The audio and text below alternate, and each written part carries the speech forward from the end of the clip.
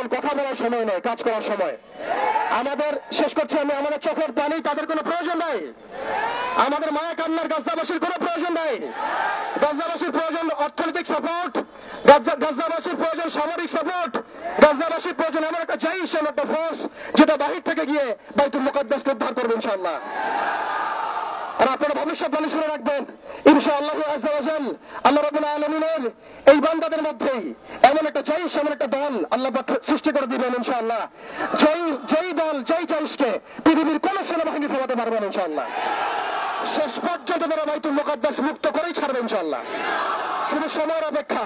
তারা আমাদেরকে অপশন দিয়েছে, হয় আমাদের দাস হও, না হলে মরো। শেষ কথা, তারা আমাদেরকে অপশন দিয়ে দিয়েছে, হয় আমরা তাদের দাসত্ব করবো, না হলে মরবো। আমরাও মনে দিচ্ছি, আমরা দাসত্ব করবো না, আমরা হয় শহীদ হবো, অথবা স্বাধীনতা ছিনিয়ে নিয়ে আসবো ইনশাআল্লাহ। হয় আমরা শহীদ হবো, না হলে স্বাধীনতা ছিনিয়ে নিয়ে আসবো ইনশাআল্লাহ।